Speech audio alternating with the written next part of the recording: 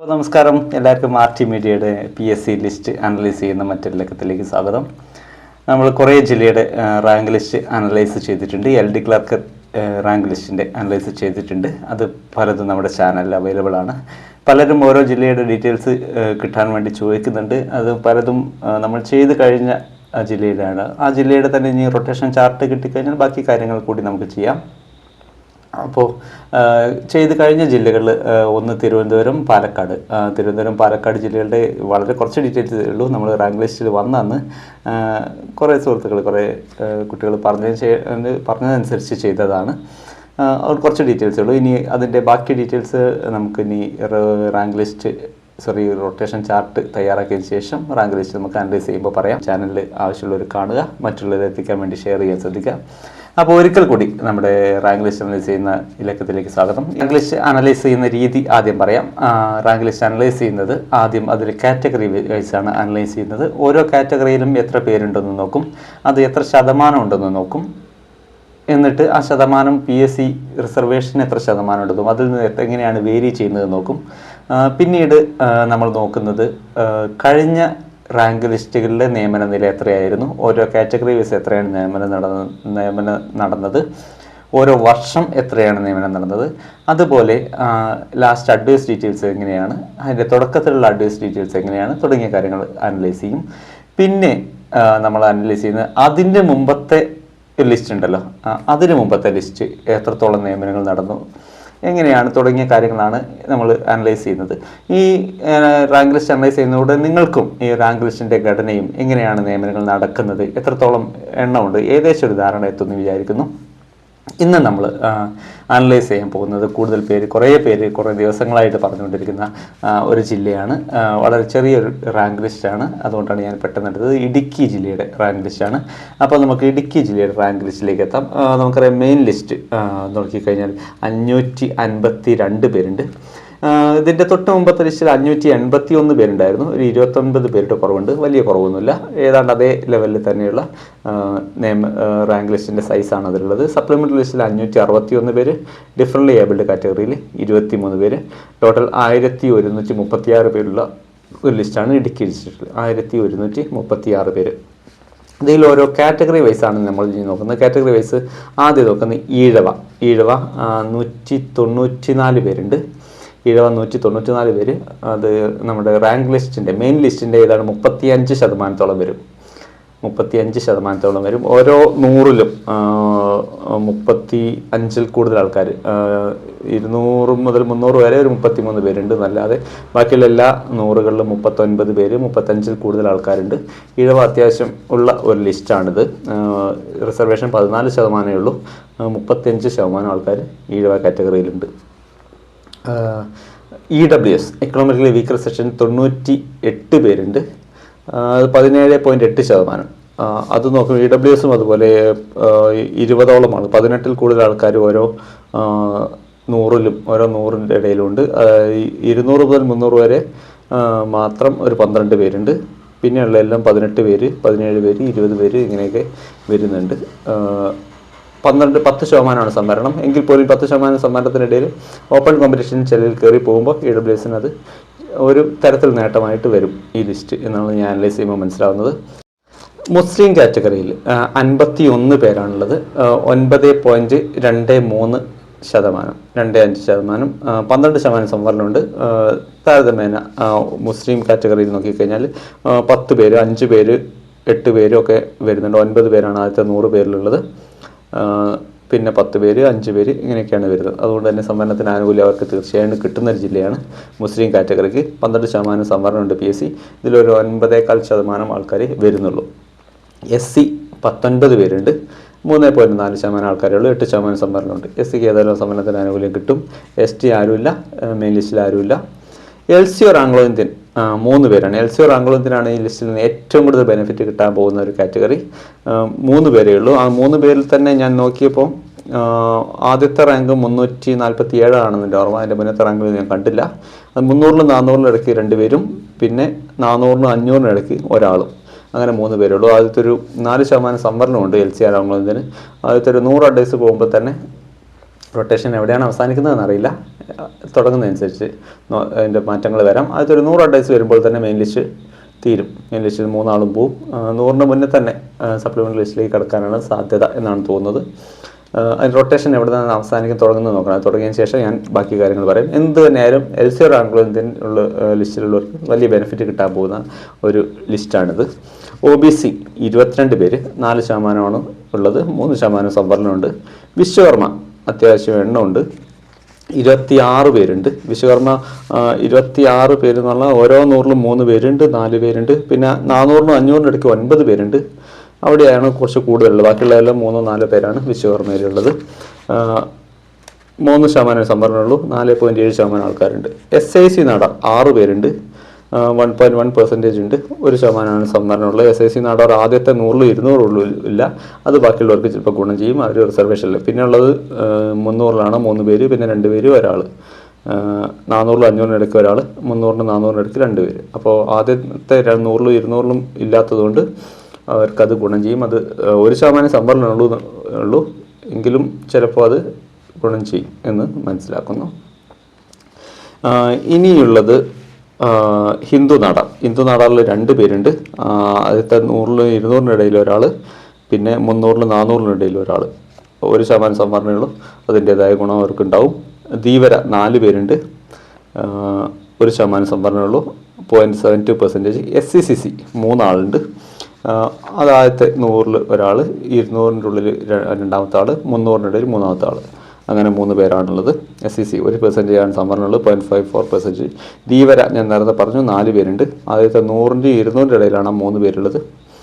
പിന്നെ അവസാനത്തെ 500ൻ്റെ 582ൻ്റെ ഇടയിൽ ഒരാൾ. ഇങ്ങനെയാണ്. പിന്നെ ഒരു ഡിഫറൻറ്റ് ഏബിൾഡ് കാറ്റഗറിയിൽ 423 റാങ്ക് EWS ഉള്ള ഒരാളുണ്ട്.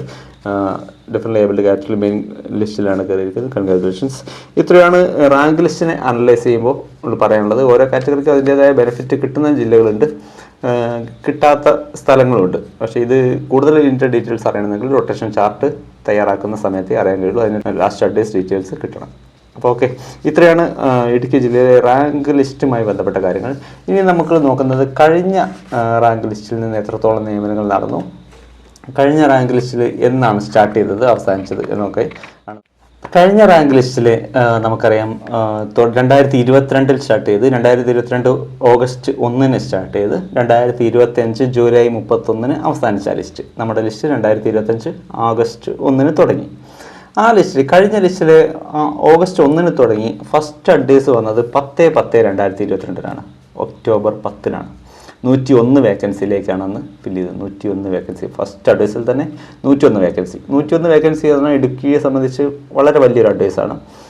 അത്രയും വരാൻ കാരണം അതിൻ്റെ 1 വർഷം മുമ്പ് തന്നെ, അതായത് 3/9/2021 സെപ്റ്റംബർ 3, 2021 മുതൽ അടുത്ത സെപ്റ്റംബർ 19, 2022 വരെ ആ 1 വർഷത്തെ വേക്കൻസിയാണ് അത്രയും 101 ഒറ്റ തവണയായിട്ട് വന്നത്. ആ 1 വർഷത്തിന് കഴിഞ്ഞ ലിസ്റ്റിന് ശരിക്കും 4 വർഷത്തെ ഗുണം കിട്ടിയിട്ടുണ്ട്. പക്ഷേ കൂടുതൽ നിയമനങ്ങളൊന്നും അധികം നടന്നിട്ടില്ല. ആദ്യത്തെ ഒരു ഡേയ്സ് ഇത്രയും കാലത്ത് കിട്ടിയെന്നല്ലാതെ പിന്നീട് അങ്ങോട്ട് നിയമന നിര വളരെ കുറവായിരുന്നു എന്നുള്ളത് നിങ്ങൾക്ക് മനസ്സിലാവും. അതായത് മുൻ വർഷങ്ങളിൽ ഉണ്ടായിരുന്ന അതേ നിയമന നിലയിലേക്ക് എത്തിയിട്ടുള്ളൂ കഴിഞ്ഞ 4 വർഷത്തെ ഉണ്ടായിട്ട് പോലും. അതായത് രണ്ടാമത്തെ വർഷം, ആദ്യത്തെ വർഷം ഫസ്റ്റ് ഡേയ്സ് കഴിഞ്ഞതിന് ശേഷം പിന്നെ നിയമന നില വളരെ കുറഞ്ഞാണ് വന്നത് എന്നുള്ളത് നമുക്ക് റാങ്ക് ലിസ്റ്റ് അനലൈസ് ചെയ്യുമ്പോൾ നമുക്ക് മനസ്സിലാവും.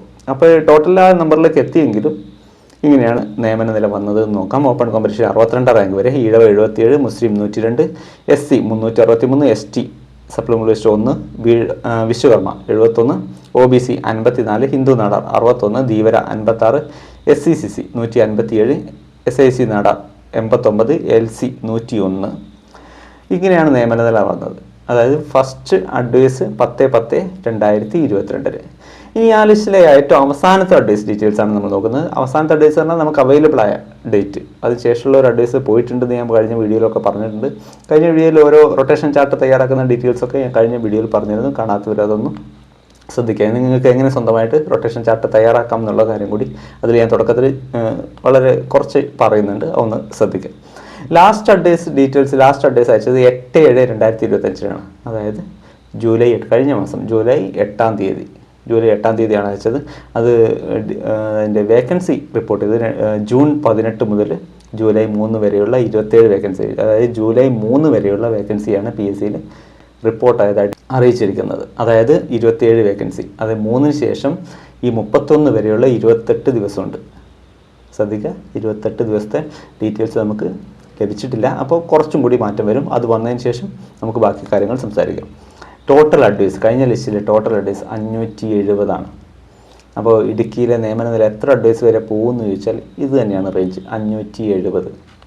കഴിഞ്ഞ കുറേ ലിസ്റ്റുകളായിട്ട് ഈ ഒരു നിയമന നില തുടർന്ന് കൊണ്ടുപോകുന്നുണ്ട് എന്നുള്ളതാണ് നമുക്ക് കഴിഞ്ഞ ലിസ്റ്റും കൂടി നോക്കുമ്പോൾ നിങ്ങൾക്ക് മനസ്സിലാവും. ഈ 570 അഡ്വൈസ് വന്നപ്പോൾ ഓരോ കാറ്റഗറിയിലും എത്രയാണ് നിയമനം വന്നത് നോക്കാം. ഓപ്പൺ കോമ്പറ്റീഷൻ 404 വരെ, ഈഴവ 426 വരെ, SC supplementary list 26, ST supplementary list 14, മുസ്ലിം 565, LCO Anglo Indian 569, OBC 415, Vishwakarma 563, SIC Nadar 345, SCCC 533, Dheevara supplementary list 3, Hindu Nadar 558, different abled കാറ്റഗറിയിൽ LV supplementary list 7, HI supplementary list 6, LDOCP supplementary list 9. ഇങ്ങനെയാണ് നിയമന നില വന്നിരിക്കുന്നത്. നിയമന നില മനസ്സിലായല്ലോ, ഓരോ കാറ്റഗറിയിലും ഇങ്ങനെയാണ് നിയമന നില വന്നിരിക്കുന്നത്. ഞാൻ നേരത്തെ പറഞ്ഞു 570 അഡ്വൈസാണ് കഴിഞ്ഞ ലിസ്റ്റിൽ നിന്ന് വന്നത്. ഏതാണ്ട് ഇതേ റേഞ്ചാണ് ഇടുക്കിയിൽ വരാനുള്ള സാധ്യത. ഇത് പറയാൻ കാരണം അതിൻ്റെ മുമ്പത്തെ ലിസ്റ്റ്, അതായത് അതിൻ്റെ 2018 തുടങ്ങി 2021 അവസാനിച്ച ആ ലിസ്റ്റിലും നിയമനം നടന്നത് 587.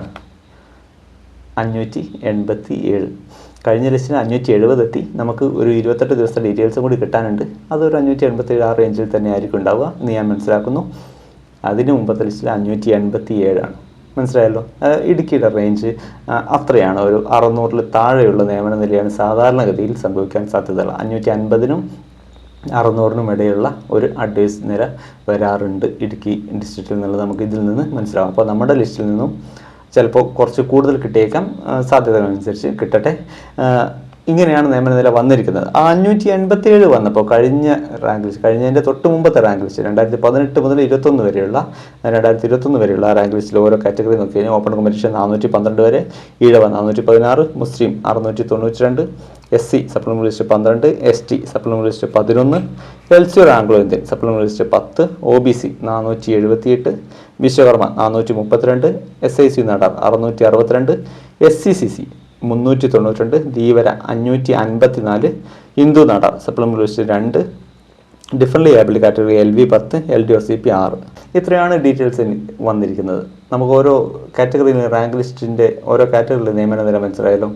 ഇനി നമ്മൾ നോക്കുന്നത് കഴിഞ്ഞ ലിസ്റ്റിലെ ഓരോ വർഷം എത്രയാണ് നിയമനങ്ങൾ നടന്നത്. നമുക്ക് പലപ്പോഴും ഡൗട്ട് ഉണ്ടാവും, ആദ്യ വർഷം എത്ര ഉണ്ടാവും, രണ്ടാമത്തെ വർഷം എത്ര ഉണ്ടാവും എന്നുള്ളൊരു ആകാംക്ഷ നമുക്കുണ്ടാവും. ആദ്യ വർഷം എത്ര സമയമെടുക്കും നമ്മുടെ അഡ്വൈസ് കിട്ടാൻ എന്നുള്ളത്. കഴിഞ്ഞ ലിസ്റ്റിൽ നിന്ന് എങ്ങനെയാണ് സംഭവിച്ചത്?